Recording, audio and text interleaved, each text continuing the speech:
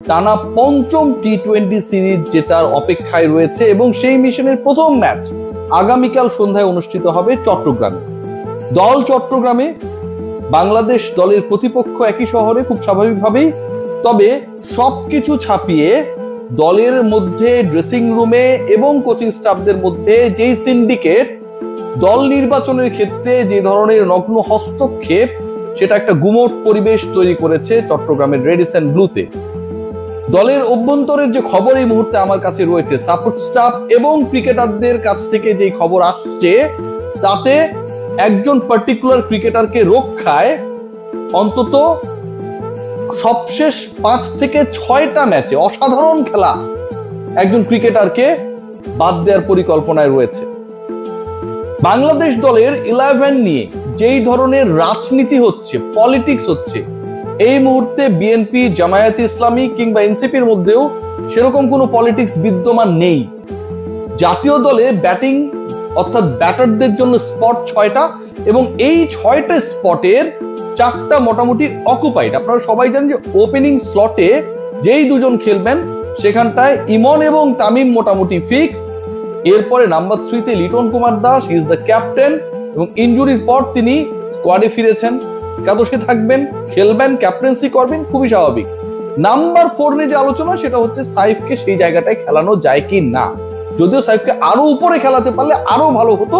সবশেষ ম্যাচে 38 বলে 54 রানের ম্যান অফ দ্য ম্যাচ হওয়া ইনিংস খেলার পরও সাইফকে তার স্পটটা ছেড়ে দিতে হতে পারে, এরকম একটা আলোচনা রয়েছে। আলোচনার জায়গা যেখানটায়, সেটা হচ্ছে 5 এবং 6, এই যে দুটো স্পট, এই দুই স্পটে কে খেলবেন। এবং সেখানটায় বাংলাদেশ ম্যানেজমেন্ট, কোচিং স্টাফ এতটাই পক্ষপাত দুষ্ট হয়ে সিদ্ধান্ত গ্রহণ করতে যাচ্ছে, যেখানটা একজন ক্রিকেটারকে খেলানোর পরিকল্পনা করা হয়েছে যিনি সবশেষ 6 ম্যাচের 4টায় সিঙ্গেল ডিজিটে আউট হয়ে গেছেন।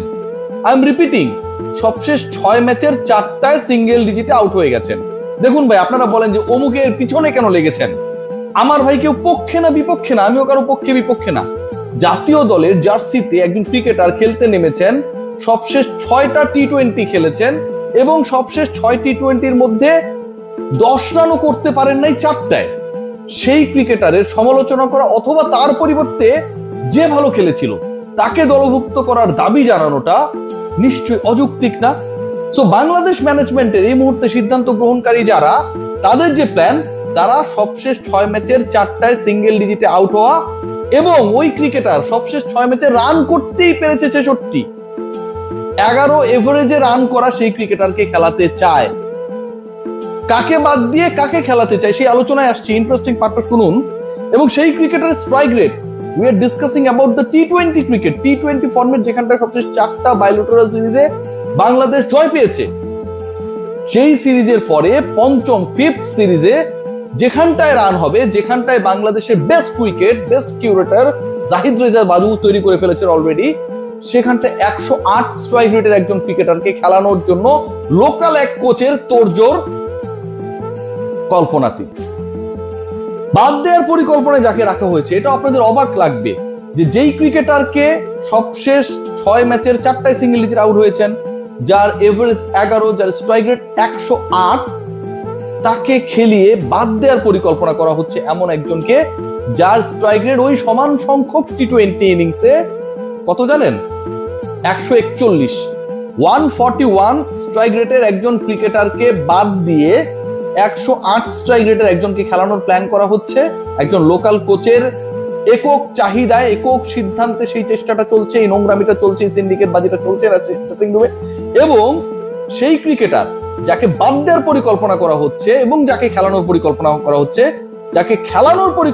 হচ্ছে, তার যখন এভারেজ, মানে প্রত্যেক ম্যাচে রান করার পর 11, যাকে বাদ দেওয়ার পরিকল্পনা করা হচ্ছে তার প্রত্যেক ম্যাচে, মানে এভারেজ রান সবশেষ 6 ম্যাচে তিনি 5টায় অপরাজিত, তার এভারেজ হচ্ছে 114।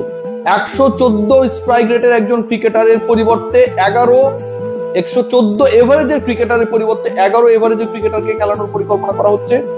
141 স্ট্রাইক রেটের ক্রিকেটারের পরিবর্তে 108 স্ট্রাইক রেটের ক্রিকেটারকে খেলানোর পরিকল্পনা করা হচ্ছে।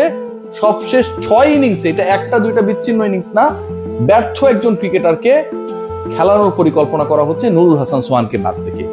নুরুল হাসান সোহানকে বাদ দেওয়ার ব্যাপারে টিম ম্যানেজমেন্টের পক্ষ থেকে যখন আপত্তির কথা তোলা হয়েছে, এরপরে টার্গেট করা হয়েছে শামীম হোসেন পাটোয়ারি। সোহান এবং পাটোয়ারিকে খেলানো যাবে না, জাকের আলী অনিককে এই দুজনের একজনকে বাদ দিয়ে খেলাতেই হবে। এই যে একটা হস্তক্ষেপ চলছে জাতীয় দলে, পারফরমেন্স এখানে গুরুত্বপূর্ণ না, কে কার কাছের, কে কার কোরামের, কে কার ফ্র্যাঞ্চাইজি ক্রিকেটে খেলেছিল কোন দলের হয়ে, সেটা যখন গুরুত্বপূর্ণ হয়ে যায় তখন এই বাংলাদেশ দলকে নিয়ে প্রাউড করার জায়গাটা দিনে দিনে হারিয়ে যায়। 141 স্ট্রাইক রেট সবশেষ 6 ম্যাচে, 114 এভারেজ সবশেষ 6 ম্যাচে, তাকে ড্রপ করার পরিকল্পনা করা হয় 108 স্ট্রাইক রেট 11 এভারেজে একজন ক্রিকেটারের জন্য।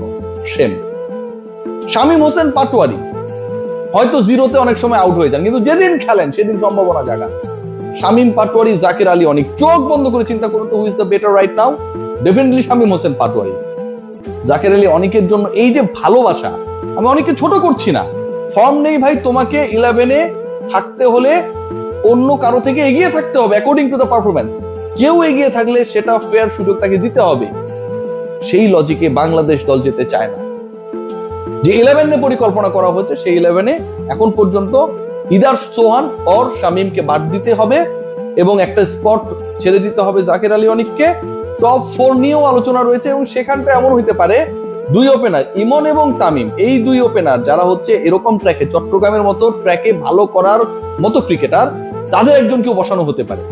তাদের একজনকে বসিয়ে সাইফকে ওপেনিং এ তুলে এরপরে যে ডিসিশন মেক করা হতে পারে, নাম্বার 3-তে লিটন, নাম্বার 4-এ জাকের আলী অনিককে হলেও খেলাইতে হবে। আত্মঘাতী সিদ্ধান্তের দিকে প্রথম টি-20-র আগে বাংলাদেশ ম্যানেজমেন্ট। বুলবুল ভাইরা কতটুকু খবর রাখেন জিজ্ঞেস করলে বুলবুল ভাই বলবে এটা ক্রিকেট অপারেশনস টিম ম্যানেজমেন্ট, ওরা যারা আমি খোঁজ রাখি না। ভাই রাখতে হবে, আপনি যে স্টাইলে চিন্তা করেন এটা প্রফেশনাল চিন্তা, বাট এখানে পেশাদার ভাবে অনেক কিছু ঘটছে না বুলবুল ভাই, you have to interfere here. 5 জন বোলারকে খেলানো হবে, নো ডাউট অ্যাবাউট দ্যাট, এবং সেই পার্টিকুলার 5 জন বোলারের মধ্যে যতটুকু জানা যাচ্ছে যে নাসুম আহমেদের এবং শাক মেহেদির সাথে রিশাদ হোসেনকে খেলানো হবে কি হবে না, এটা একটা আলোচনার বিষয়। অথবা রিশাদকে খেলানো হবেই, শাক মেহেদি অর নাসুম আহমেদ এই দুজনের একজনকে খেলানো হবে। রিশাদের পারফরমেন্স ভালো, একই প্রতিপক্ষে বিপক্ষে 3 জন পেসার খেলানোর ব্যাপারে আলোচনা রয়েছে। সেই জায়গাটায় মুস্তাফিজের সাথে তাসকিন আহমেদকে হয়তো আমরা দেখব এবং তানজিম সাকিব, এই ট্রায়োকে পেস অ্যাটাকে দেখতে পাওয়ার সম্ভাবনা খুব high. But end of the day 141 strike rate, 114 এভারেজের ক্রিকেটারকে ড্রপ করে আপনি যখন পরিকল্পনা করবেন টু অ্যালাউ আ ক্রিকেটার 11-এ, যেই ক্রিকেটারের গড় 11 এবং স্ট্রাইক রেট 108, তখন বাংলাদেশের ড্রেসিং রুমের আগ্লিয়েস্ট সিনারিওটাই আপনার সামনে চলে আসবে। এই পলিটিক্সটা রাইট নাও আমার এই কন্টেন্ট আপলোড হওয়ার পরই অফ হওয়া দরকার। সবার আগে বাংলাদেশ ফার্স্ট। সবাই ভালো থাকবেন।